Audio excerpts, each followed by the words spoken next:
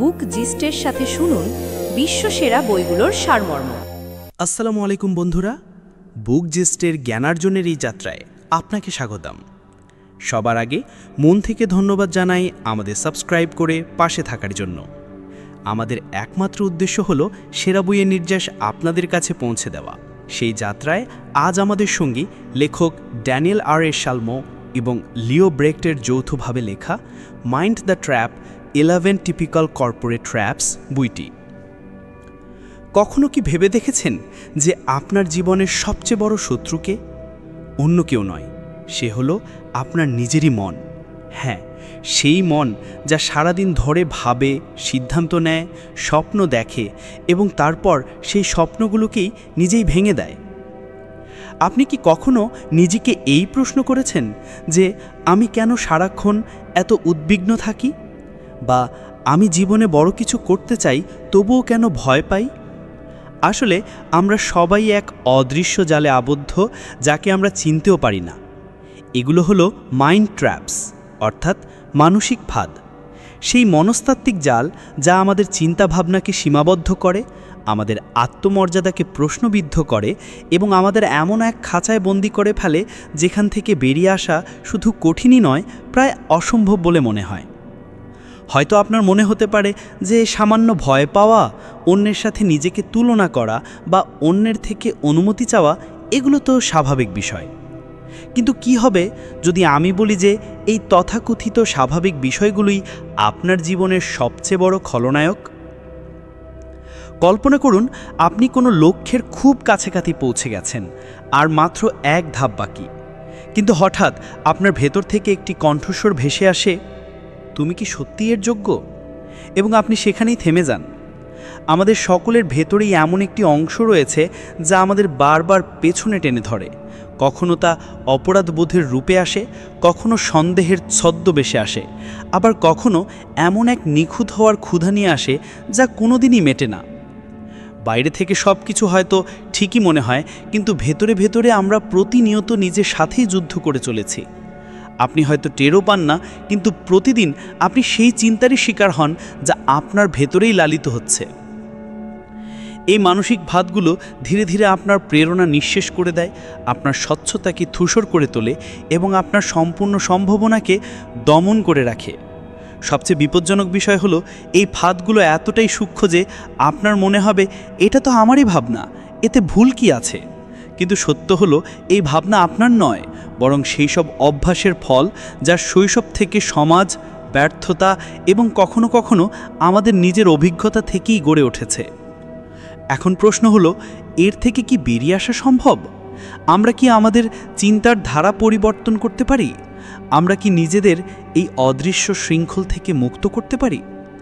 এই আলোচনায় আমরা সেই মনস্তাত্ত্বিক ফাঁদগুলো অনুসন্ধান করব যা নীরবে আমাদের জীবনকে নিয়ন্ত্রণ করে চলেছে। আমরা জানব কিভাবে এই মানসিক ফাঁদগুলো আমাদের সিদ্ধান্ত, সম্পর্ক, কর্মজীবন এবং আমাদের সুখকেও ক্ষতিগ্রস্ত করে, এবং সবচেয়ে গুরুত্বপূর্ণভাবে আমরা শিখব কিভাবে এগুলো থেকে মুক্তি পাওয়া যায়।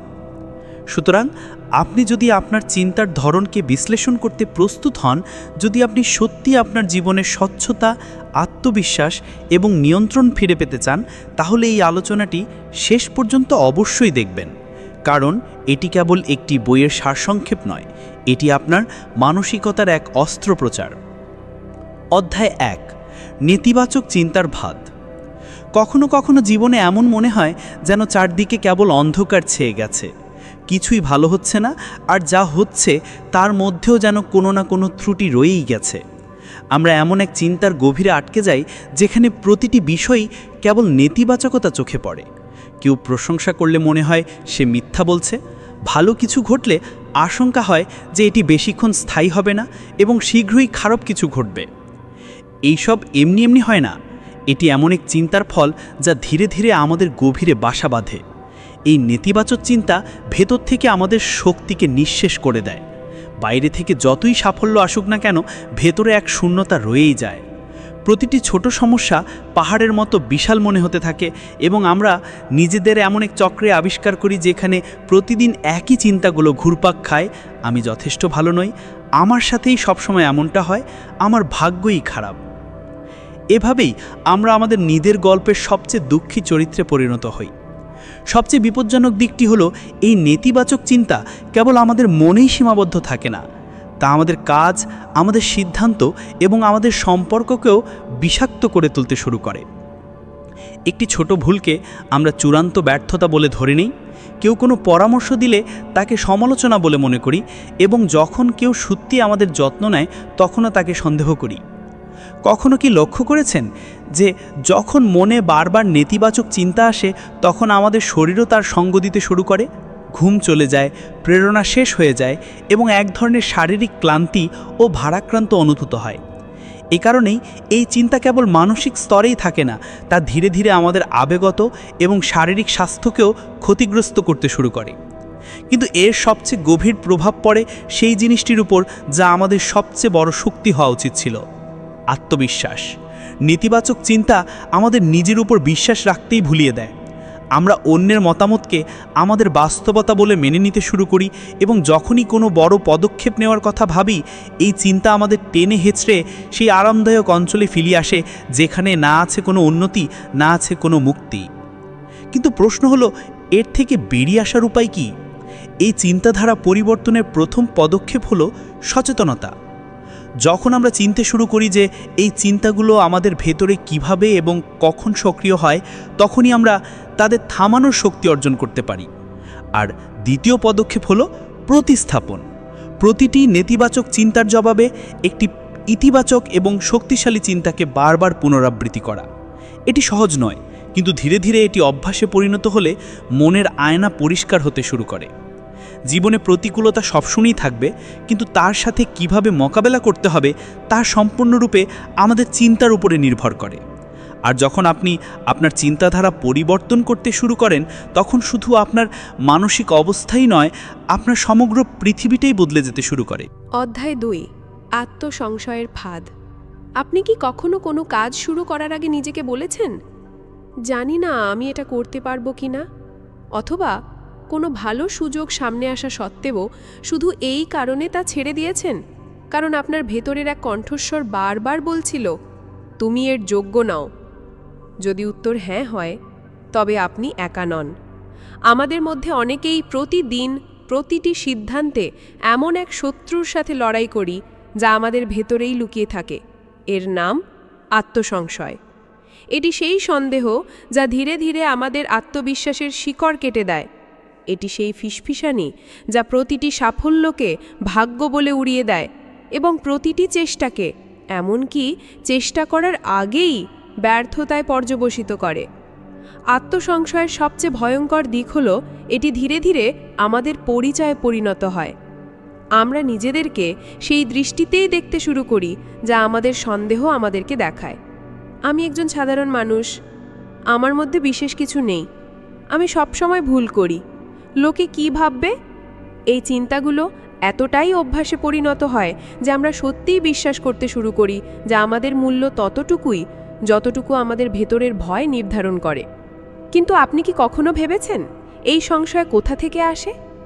অনেক সময় শৈশবের অভিজ্ঞতা, বারবার ব্যর্থ হওয়া, বা অতীতে হয়তো কেউ বলেছিল তোকে দিয়ে এটা হবে না, আর সেই একটি কথাই আমাদের হৃদয়ে গেঁথে যায়। এরপর আমরা যতই পরিশ্রম করি না কেন, আমাদের মন বারবার প্রমাণ খুঁজতে থাকে যে আমরা যথেষ্ট নই। আর যখন আমরা নিজেরাই নিজেদের ওপর সন্দেহ করি, তখন পুরো পৃথিবীও তাই করে। সুযোগগুলো আমাদের পাশ কাটিয়ে চলে যায় এবং আমরা কেবল দাঁড়িয়ে দেখতে থাকি। তারপর এক সময় আমরা ঝুঁকি নেওয়াই ছেড়ে দিই, নিরাপদ জীবনযাপন শুরু করি, স্বপ্নগুলোকে অবাস্তব বলে একপাশে সরিয়ে রাখি এবং ধীরে ধীরে একজন প্রতিভাবান মানুষও নিজেকে এক সাধারণ জীবনে মানিয়ে নিতে শিখে যায়। কিন্তু সত্য হলো, আত্মসংশয় একটি ভ্রম বা ইলিউশন।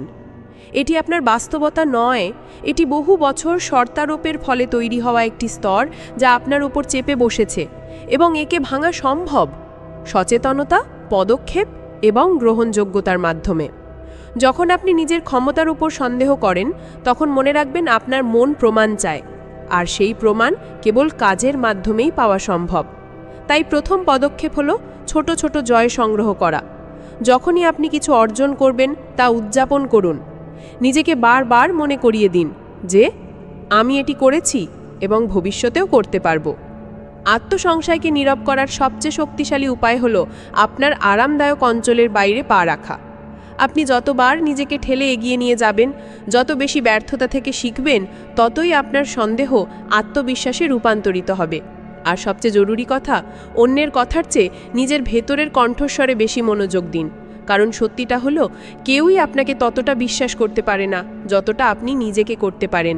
আর একবার যখন সেই বিশ্বাস জেগে ওঠে, তখন কোনো ফাঁদ, কোনো সংশয় আপনাকে থামাতে পারবে না। অধ্যায় ৩, ভয়ের ফাঁদ। ভয় এমন এক অনুভূতি যা চোখে দেখা যায় না, কিন্তু ভেতর পর্যন্ত আঁকড়ে ধরে থাকে। এমন নয় যে আমরা আমাদের ভয় সম্পর্কে সচেতন নই। আমরা জানি যে আমরা ভয় পাচ্ছি, কিন্তু তবুও আমরা তার নাম দিই না, তার থেকে পালিয়ে বেড়াই, তাকে লুকিয়ে রাখি। কখনো তা ব্যর্থতার ভয়, কখনো প্রত্যাখ্যানের ভয়, কখনো মানুষের সমালোচনার ভয়, আর অনেক সময় সবচেয়ে বড় ভয় হয় সফল হওয়ার ভয়। হ্যাঁ, কারণ যদি আমরা সফল হয়ে যাই, তাহলে সেই সাফল্যকে কি আমরা সামলাতে পারবো? এই ভয় আমাদের জীবনকে এক অদৃশ্য শৃঙ্খলে বেঁধে ফেলে। আমরা কিছু করতে চাই, আমাদের একটি স্বপ্ন আছে, একটি লক্ষ্য আছে, কিন্তু যেই প্রথম পদক্ষেপ নিতে যাই, অমনি হৃদস্পন্দন বেড়ে যায়।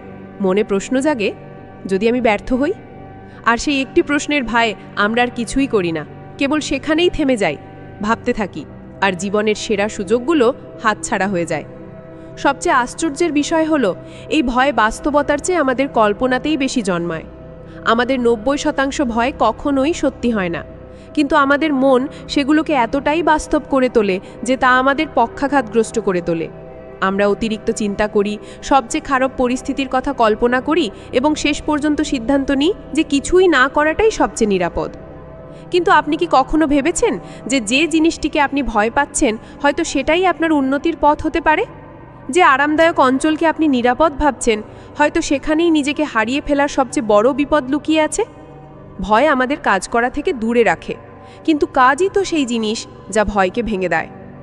যখনই আপনি কোনো ভয়ের মুখোমুখি হন, তখন তার মোকাবেলা করার পর যে আত্মবিশ্বাস জন্মায়, তা ভাষায় প্রকাশ করা যায় না। সেটি এক স্মারক হয়ে থাকে যে ভয় আসলে একটি ভ্রম ছাড়া আর কিছুই ছিল না। আর হ্যাঁ, ভয় পাওয়াটা ভুল নয়, এটি একটি স্বাভাবিক আবেগ। কিন্তু তার থেকে পালিয়ে যাওয়া এবং তাকে আপনার জীবনের সিদ্ধান্ত নিয়ন্ত্রণ করতে দেওয়া, এটাই সবচেয়ে বড় ফাঁদ। যখন আমরা ভয়ের দ্বারা প্রভাবিত হয়ে জীবনযাপন করি, তখন আমরা কেবল বেঁচে থাকি, জীবনকে উপভোগ করি না। তাই পরের বার যখন আপনার মন কোনো নতুন কাজ করতে ভয় পাবে, তখন এক মুহূর্ত থামুন এবং নিজেকে কেবল একটি প্রশ্ন করুন, এই ভয়ের ওপারে কি আছে? হয়তো একটি নতুন সূচনা, হয়তো আপনার স্বপ্নের জীবন, হয়তো আপনার এমন এক ভার্সন যা আজকের আপনার চেয়ে বহু গুণে উন্নত। ভয় থাকবেই, কিন্তু সেই ভয়ের সাথে পথ চলতে শেখাই জীবন। কারণ বিজয়ী আর স্বপ্নবিলাসীদের মধ্যে কেবল একটাই পার্থক্য থাকে, বিজয়ীরা ভয়ের পরেও পদক্ষেপ নেয়। অধ্যায় ৪, সীমিত বিশ্বাসের ফাঁদ। কখনো নিজেকে বলেছেন, আমাকে দিয়ে এটা হবে না, আমার ভাগ্যে হয়তো এটাই লেখা নেই, আমি অতটা ভাগ্যবান নই, বা আমার জন্য এটুকুই যথেষ্ট? যদি বলে থাকেন, তাহলে এক মুহূর্তের জন্য থামুন, ভাবুন আপনি কেন এমনটা মনে করেন। এটা কি এক অমোঘ সত্য, নাকি আপনার মনের তৈরি করা এক অদৃশ্য প্রাচীর? এই পৃথিবীতে সবচেয়ে যদি শক্তিশালী কিছু থাকে, তবে সেটা হলো আপনার বিশ্বাস। আর সবচেয়ে বিপজ্জনক জিনিসও তাই, যদি সেই বিশ্বাস আপনার বিরুদ্ধে কাজ করে। আমাদের সকলের ভেতরেই এমন কিছু অদৃশ্য নিয়ম থাকে যা আমাদের নিজেদের অন্বেষণ করতে বাধা দেয়। এই নিয়মগুলো আমরা নিজেরা তৈরি করি না, আমরা এগুলো উত্তরাধিকার সূত্রে পাই, শৈশব থেকে, সমাজ থেকে, ব্যর্থতা, তুলনা এবং কখনো কখনো মাত্র একবারের প্রত্যাখ্যান থেকে। ধীরে ধীরে এই নিয়মগুলো এক দৃঢ় বিশ্বাসে পরিণত হয়। আমি সাধারণ, আমি কখনো ধনী হতে পারবো না, আমি ভালোবাসার যোগ্য নই, সফলতা কেবল অন্যদের জন্যই। এগুলোই সেই সীমিত বিশ্বাস যা আমাদের সম্ভাবনাকে একটি ক্ষুদ্র গণ্ডির মধ্যে আটকে রাখে। সবচেয়ে দুঃখের বিষয় হলো, এই বিশ্বাসগুলো আমাদের সরাসরি বাধা দেয় না, বরং এমন অনুভূতি তৈরি করে যেন আমরা নিজেরাই আর এগোতে চাই না। একজন মানুষ যার ওড়ার ক্ষমতা আছে, তাকে যদি শৈশব থেকে বলা হয় যে তার কোনো ডানাই নেই, তবে সে সারা জীবন মাটিতেই হামাগুড়ি দিয়ে চলবে। সে কখনো আকাশ দেখবে না, ওড়ার চেষ্টাও করবে না, কারণ সে মেনেই নিয়েছে যে সে উড়তে পারে না। এবার ভাবুন, আপনিও কি আপনার জীবনে এমন কিছুই করছেন না? আপনি কি আপনার ভেতরের সম্ভাবনাকে কোনো অদৃশ্য প্রাচীর দিয়ে বেঁধে ফেলেননি? সীমাবদ্ধ বিশ্বাসের সবচেয়ে কৌশলী দিকটি হলো, এগুলো চোখে পড়ে না, কেবল অনুভূত হয়। যেমন আপনার কোনো বিষয়ে আগ্রহ আছে, কিন্তু মন সঙ্গে সঙ্গে বলে ওঠে, শুরু করতে অনেক দেরি হয়ে গেছে, তোমার কাছে যথেষ্ট সম্পদ নেই, লোকে কি বলবে, আগে কখনো চেষ্টা করনি, এখন কেন, আর আমরা তা মেনে নিই। কিন্তু সত্য হলো, এই বিশ্বাসগুলোকে ভাঙা সম্ভব। হ্যাঁ, কাজটা কঠিন, কিন্তু অসম্ভব নয়। প্রথম পদক্ষেপ হলো সেই বিশ্বাসগুলোকে চিহ্নিত করা যা আমাদের আটকে রেখেছে। সেগুলোকে প্রশ্ন করা, এটা কি সত্যি, এর কি কোনো যৌক্তিক প্রমাণ আছে, এবং তারপর ধীরে ধীরে সেগুলোকে নতুন করে লেখা। বিশ্বাস ব্যবস্থা পরিবর্তন করা একটি প্রক্রিয়া, একটি অনুশীলন। যখনই আমরা আমাদের পুরনো ভয় বা সন্দেহকে চ্যালেঞ্জ করি, তখনই আমরা সম্ভাবনার এক নতুন দুয়ার খুলে দিই। প্রতিটি মহান ব্যক্তির সাফল্যের গল্প এখান থেকেই শুরু হয়, যখন সে তার সীমাবদ্ধ বিশ্বাসকে ভেঙে ফেলে, যখন সে নিজেকে বলে কেন নয়।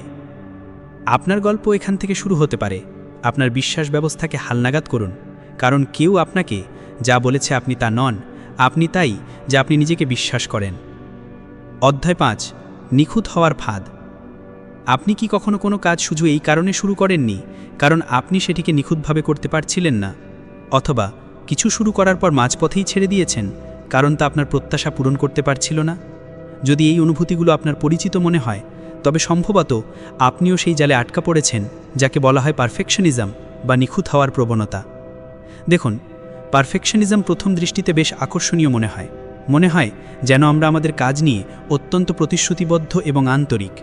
এই কথাটি অনেকাংশে সত্যিও, কিন্তু গভীরে গেলে বোঝা যায় এই পারফেকশনিজমই এক অদৃশ্য শৃঙ্খলে পরিণত হয়, যা আমাদের উৎপাদনশীলতা, সৃজনশীলতা এবং সর্বোপরি আমাদের উন্নতিকে ধীরে ধীরে শেষ করে দেয়।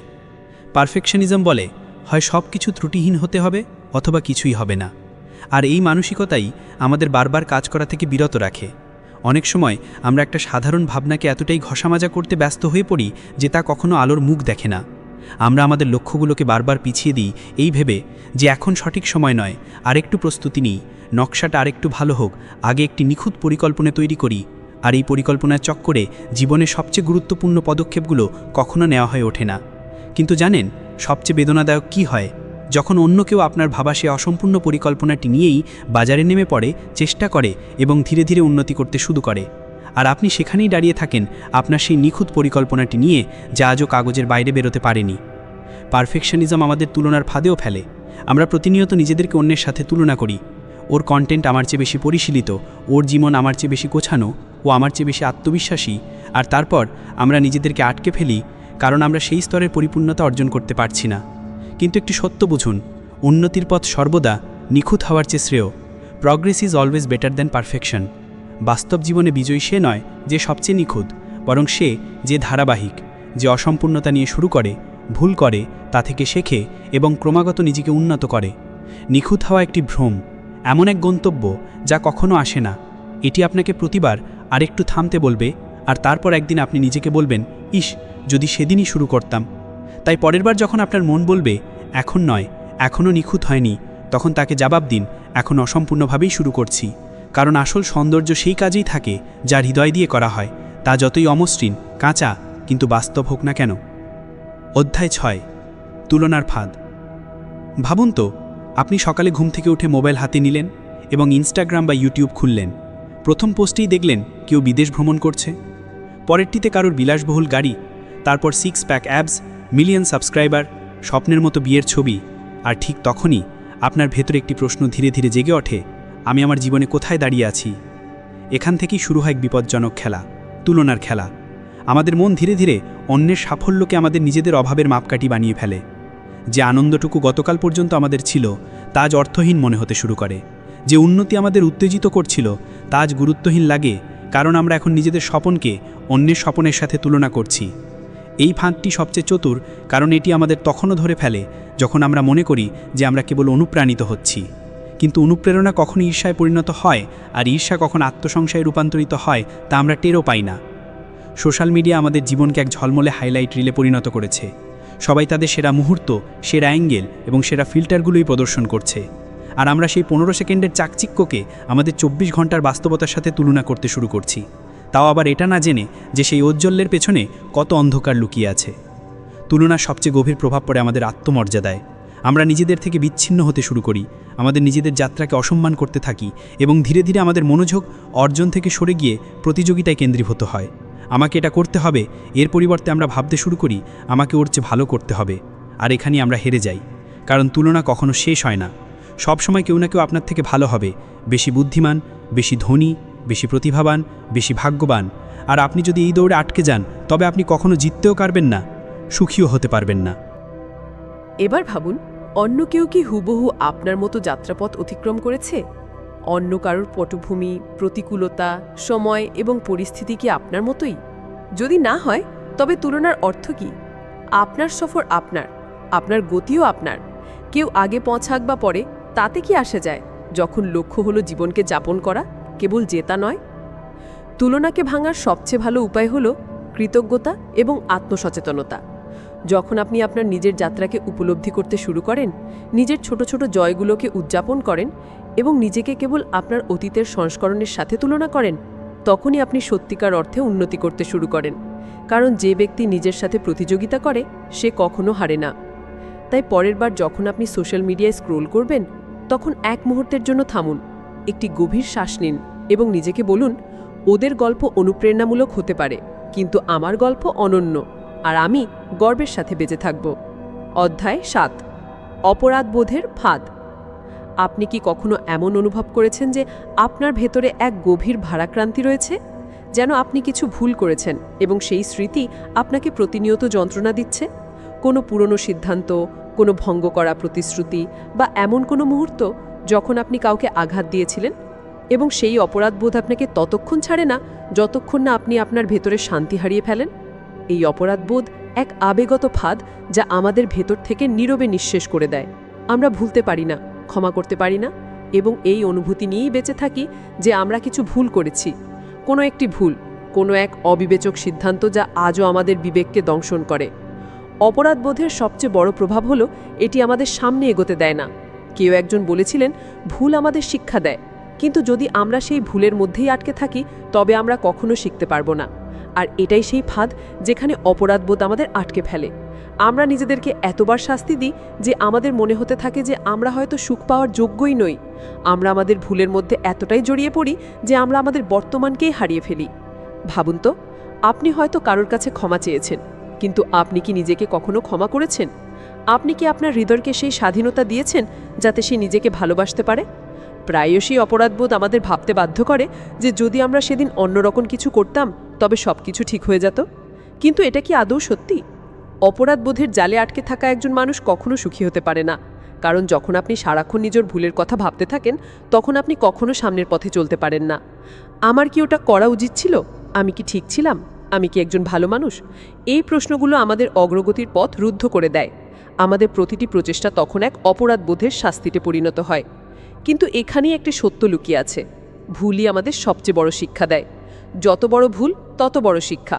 আর সেই শিক্ষা ছাড়া আমরা কখনোই এগোতে পারি না। যদি আপনি কোনো ভুল করে থাকেন, তবে তা স্বীকার করুন, তা থেকে শিখুন এবং নিজেকে ক্ষমা করুন। যদি অন্যের কাছ থেকে ক্ষমা পাওয়া যায়, তবে কি নিজের কাছ থেকে পাওয়া যায় না? আপনার ভেতরে শান্তি খুঁজে পাওয়ার পথ হলো আত্মক্ষমা, সেলফ ফরগিভনেস, এবং অতীতকে ছেড়ে দেওয়া, লেটিং গো। যখন আপনি অপরাধবোধের ভার থেকে মুক্ত হন, তখন আপনি নিজেকে অনেক হালকা অনুভব করেন। আপনি সেই মানুষে পরিণত হন যে নিজের ভুলকে স্বীকার করে সামনে এগিয়ে যায়, তার মধ্যে আটকে থাকে না। অপরাধবোধের জালে আমরা আমাদের বর্তমানকে হারাই, কিন্তু আত্মক্ষমার মাধ্যমে আমরা আমাদের ভবিষ্যৎকে সুন্দর করে তুলতে পারি। পরবর্তী পদক্ষেপ নেওয়ার জন্য আমাদের প্রথমেই হৃদয়কে হালকা করতে হয়। আর যখন হৃদয় হালকা হয়, তখন প্রতিটি পদক্ষেপ এক নতুন দিগন্তে এগিয়ে যায়। তাই পরের বার যখন মনে হবে অপরাধবোধ আপনাকে গ্রাস করছে, তখন থামুন, নিজেকে বলুন, আমি ভুল করেছি, কিন্তু এখন আমার সামনে এগিয়ে যাওয়ার অধিকার আছে। কারণ নিজের ভুল স্বীকার করা এবং নিজেকে ক্ষমা করাই হলো আসল শক্তি। আমরা যখন এই মানসিক ফাঁদগুলোর মধ্যে দিয়ে যাচ্ছিলাম, তখন একটি বিষয় স্পষ্ট হয়ে উঠল, আমাদের ভেতরেই সেই শক্তি রয়েছে যা এই ফাঁদগুলোকে ভেঙে ফেলতে পারে। এই ফাঁদগুলো আমাদের বিভ্রান্ত করার জন্যই তৈরি হয়েছে, যাতে আমরা আমাদের সত্য থেকে দূরে সরে যাই এবং নিজেদের আসল শক্তিকে চিনতে না পারি। কিন্তু সত্য হলো, প্রতিটি ফাঁদ ভাঙার পথ আমাদের ভেতরেই নিহিত আছে। আত্মসচেতনতা, আত্মগ্রহণযোগ্যতা এবং আত্মপ্রেমের মাধ্যমে আমরা এই সমস্ত প্রতিকূলতাকে অতিক্রম করতে পারি। নেতিবাচক চিন্তা আমাদের হতাশ করে, কিন্তু যখন আমরা আমাদের চিন্তাকে সঠিক দিকে চালিত করি, তখন আমরা পরিস্থিতি বদলে ফেলতে পারি। আত্মসংশয় আমাদের যোগ্যতাকে সন্দেহ করতে বাধ্য করে, কিন্তু যখন আমরা আমাদের আসল শক্তিকে চিনতে পারি তখন আমরা যে কোনো বাধা অতিক্রম করতে পারি। ভয় আমাদের কাজ করা থেকে বিরত রাখে, কিন্তু যখন আমরা ভয়ের মুখোমুখি হই তখন সেই ভয়ই আমাদের সবচেয়ে বড় শক্তিতে পরিণত হয়। সীমিত বিশ্বাস আমাদের এক গণ্ডির মধ্যে বেঁধে রাখে, কিন্তু যখন আমরা সেগুলোকে চ্যালেঞ্জ করি তখন আমরা আমাদের প্রকৃত শক্তি অনুভব করি। পারফেকশনিজম আমাদের নিখুঁত হওয়ার চেষ্টায় আটকে রাখে, কিন্তু যখন আমরা অসম্পূর্ণতা নিয়েই এগিয়ে চলি তখনই আমরা আসল পরিবর্তন আনি। তুলনা আমাদের অন্যের সাথে নিজেকে মাপার অভ্যাসে ফেলে দেয়, কিন্তু যখন আমরা আমাদের ঐনক্যতাকে আলিঙ্গন করি তখন আমরা আমাদের পূর্ণ সম্ভাবনায় পৌঁছাতে পারি। এবং পরিশেষে অপরাধবোধ আমাদের ভুলের জালে ঘিরে ফেলে, কিন্তু যখন আমরা নিজেকে ক্ষমা করে দিই তখন আমরা আমাদের আত্মবিশ্বাসকে পুনরায় খুঁজে পাই। প্রতিটি ফাঁদই একটি পাঠ, একটি শিক্ষা যা আমাদের উন্নতির পথে চালিত করে। এই ফাঁদগুলোকে চেনা এবং তা থেকে মুক্ত হওয়া আমাদের জীবনের সবচেয়ে বড় পদক্ষেপ।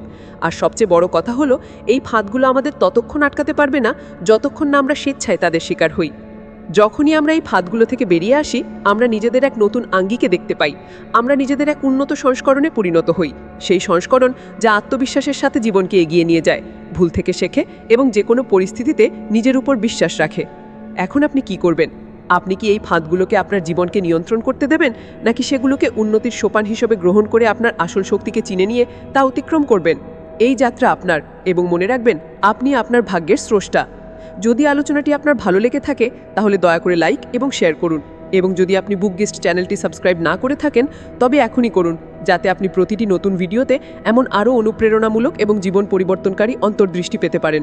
নিজের খেয়াল রাখুন, আপনার ভেতরের ভয় এবং সংশয়কে ত্যাগ করুন, এবং মনে রাখবেন আপনার ভেতরেই সেই শক্তি আছে যা যে কোনো ফাঁদকে ভেঙে ফেলতে পারে। অনুপ্রেরণিত থাকুন, উন্নতি করতে থাকুন এবং জীবনে এগিয়ে চলুন। ধন্যবাদ।